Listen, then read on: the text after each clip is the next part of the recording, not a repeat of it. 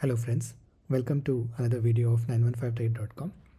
Today we will talk about an entirely new direction that we as a platform we are taking, and that is venturing into algorithms, algo trades.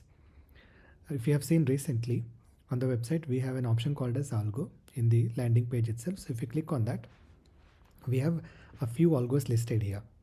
Now, as of making of this video on 29th December, we have very few algos listed here. There will be more and more algos that will be listed, and also this list will get further fine-tuned. The idea of releasing it was before the new year. We just wanted our community to know that we are essentially diving into algorithm or algo trades, and we wanted to give a glimpse of the kind of algos that we are working on. And all these algos that you see right now, they are all option buying. At this moment, we do not have anything from option selling point of view. And the algos that you see that I'm going to show you in this page now, they're all back tested. They're also forward tested. That means that we have done back testing on over a 1 year's period. They're all for Nifty only at this moment.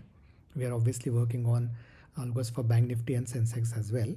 So all of them, all these Nifty algos that I'm going to show you, they are back tested for 1 year. The back tested data is available, but they are made available only after we also tested and we have done forward testing. That means that we have also tested it in live and compared it with how it would work in live as well, because a lot of times what happens is you build an algo with the back tested data, but when you go live, it doesn't match with how you have built it, how the parameters are set in the back testing. It might not work the same way when you do the live testing or forward testing. Whatever we are showing you here, they're all tested for both backtesting and forward testing.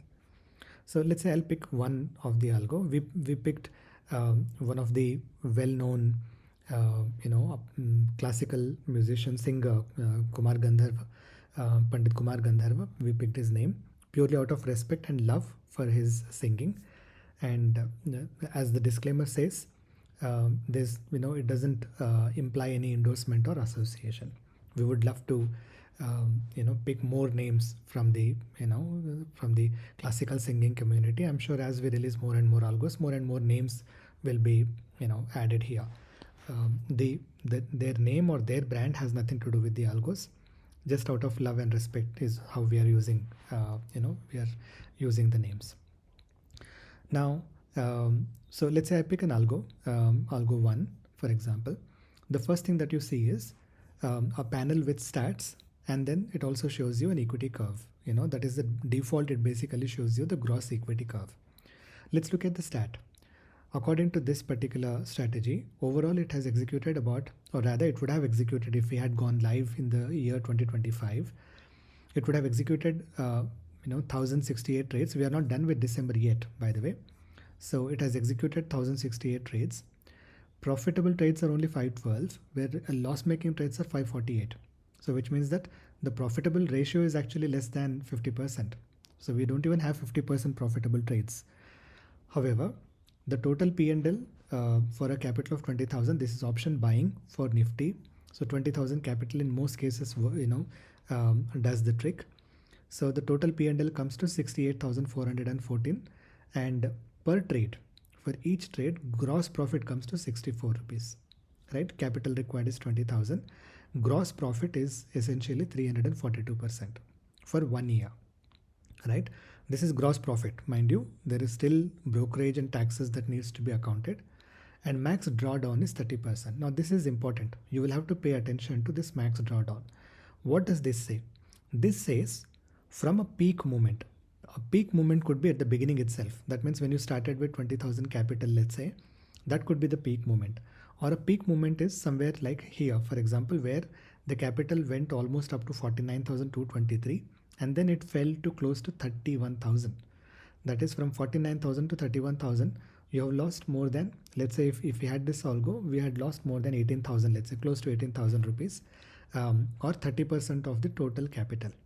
So the max drawdown is from the capital, from the peak, how much did we lose?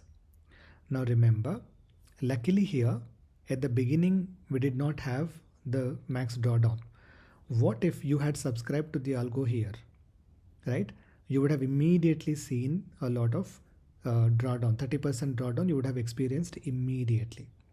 So it depends on when you are subscribing, and after that how does the algo does. Based on that, it will impact your total capital, it will impact your performance. If you had subscribed it at this point in time, it would have obviously for the few weeks, it would have given you a major loss, and then the algo started correcting and it slowly started improving and it did well after that, right? So the 30% max drawdown, if it happens at the beginning of your subscription, it affects significantly, you will require more capital. But if it happens after the capital has increased, let's say more than 30%, and then if it comes down, it doesn't really bite you so much, it doesn't affect that much, because your base capital is still, it will not affect your base capital, right? So it is important that whichever algo that you are looking at, not just in our platform, and for that matter in any platform, it is important to see what is the drawdown, the maximum drawdown that you are looking at, and are you willing to take that kind of a risk, right? And what kind of returns you are anticipating, and are you willing to take that kind of a risk. It is important that you understand that. The second thing is the equity curve is really, really important. Whenever you are looking at any algo, the equity curve is the most important thing. The reason is, assume that you're looking at an algo that has performed, let's say 500%. I'm just giving an example. What happens if it goes 500%, comes down to 100%, again goes 500%, comes down to 100%, or goes negative to 300%, and then comes again to 500%, right? A massive up and down is never a good idea, or never a good algo that you can really rely upon. An equity curve, a good algo, is something where the equity curve does have ups and downs. If it does not have downs, it is very difficult to trust the algo, because in options buying, especially for index, for like Nifty, which algo can really keep having an upper curve? If it has a steep upper curve, that means there's something wrong in it, right? Because there's no way that you will have week after week profit making trades. I'm sure out of if you're looking at 1 year, there will be some weeks where you will not be making profits and the downturn will be there. So you need to have up and down. However, the down should not hurt you a lot, and then when it picks up, it should keep picking up after that. The curve should ideally be looking upwards overall. As long as the curve is looking upwards overall, it is a decent algo that we can. If I were to personally pick an algo, I would look at the equity curve and see that how the equity curve is looking. That is very, very important for me. Now this is gross. Understand that most of the times when you're looking at a gross equity curve, it looks good. It is critical that you also look at net P&L and net equity curve. Now you see that it went above, your capital immediately went to, let's say 27,000, so from 1,27,000 is where it went. The capital was 1 lakh. I'll explain that. But then from 1,27,000, it became 95,000, 93,000, for example, right? Because gross would not have taken out brokerage and taxes. In reality, it would have been this kind of a curve. It would basically come down and then picks up. Of course, it mimics the gross, obviously, but when it is going down, it will have much steeper effect, right? So it is important that you look at net P&L as well. Now, what do we have in the net P&L in our platform? So we are looking at 5 lots. When you are looking at gross, we are looking at just 1 lot. When we are looking at net P&L, we are looking at 5 lots, at least for the for the number of algos that we have right now. For that, we are looking at 5 or 10, but let's stick to 5 lots. For 5 lots, obviously you will need 1 lakh as the capital. Lots are 5, lot size is 75 for Nifty. Net per trade for 5 lots is 198. This is net, okay? And then net total P&L is basically 2,11,000. So the net profit, basically the net returns, is essentially 211%. So this algo, if you had invested 1 lakh, your capital would have been 3,11,000 rupees, 386, let's say. This is net. This is not the total capital, right? So 211 you have to add to your capital. So that would make it some 3,11,000 rupees as the overall capital by the end of the year. Not bad. The equity curve is actually not really bad. Drawdown is huge. A little better equity curve would be preferred, but then the kind of returns we have at the end of the year, I think it is still a pretty good, if you ask me. Then we have got month-wise, gross P&L, and this is important because you need to see how each month is performing, right? In the backtest, if you have 1 year's data, how each month would have performed, you would be able to see that.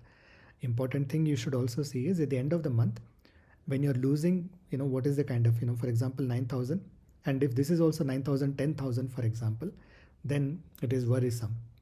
Overall, when the month is closing, the profit making months are significantly higher compared to the loss making months, which means that even though we have losses, but each month when you look at it, the profit making trades are essentially helping you cover up so that your loss making months are not too big, right? And again, that will be reflected in terms of the equity curve anyways, right? Now, this is just one. We could look at a couple of other algos, for example. I'm randomly picking some algos. Now, this is a much better equity curve, obviously, and the returns is also significantly higher, in terms of the backtested data. Now, one thing you need to understand is that the backtesting does not necessarily mean that for the next year, that is for 2026, if you were to deploy this on January 1st, for 2026, we can expect the same results. That's not how it works. It essentially is saying that the logic behind, the taking these trades, the backtested data and whatever we have done forward testing, the logic has ensured that whenever a loss happens, it is not significant, and then whenever profit happens, it is trying to cover up whatever losses are happening, and it is overall the curve is essentially smooth.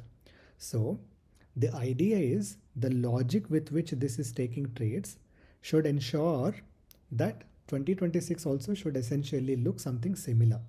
But then it doesn't guarantee that 2026 also will be 328%. It completely depends on how market works, what kind of liquidity comes into the market, and whether market essentially has similar upward or downward movement or not. A lot of things, it depends on many things. So this in no way is a promise or a guaranteed return, or it doesn't really give you an idea on the kind of returns you can expect for 2026 if you are subscribing to an algo like this. It is essentially telling you that the logic behind taking these algorithms is giving you this kind of a equity curve. If you can trust that kind of an equity curve, this might be a reasonable algo for you. It might underperform or it might overperform depending on market conditions. Nobody would be able to predict any algo what kind of returns it could generate the next year. It is impossible for anyone to predict that. However, we as algo traders or algo subscribers, the best we can do is look at how it has performed for, let's say, 1 year, which is a very good amount of a very good time period to evaluate it, and see if its equity curve is good enough for you, if it is drawdown is very good for you, if it's something that you can live with, right? There are, I think, we have got some algos with extremely high drawdown, 52%, right? The drawdown is massive, but then the equity curve obviously still looks good, and the return is extremely high, right? As the risk increases, and so is also, I think, there are some of them where your risk percentage is even higher. Yeah, so I think somewhere I've seen one of them has 70-80% of max drawdown, and then the kind of returns that it is trying to achieve is also significantly higher. So it is important that you need to realize that are you willing to take that kind of a drawdown effect for your capital? Are you that kind of a investor or a trader who is willing to take that kind of a hit and still not have any pressure and still trust that the algo would be able to recover? And then the kind of returns that the algo has done for the year 2025 and the equity curve it is able to generate, is it something that is convincing enough for you? Those are the questions that should convince you whether you should subscribe and deploy these kind of algos or not, and not the absolute returns that it has generated in the backtest. Do not trust this entirely. Trust how the algo has performed on good months, on bad months. You can look at Nifty data and see when in a month where Nifty is not doing well, did it perform well or not?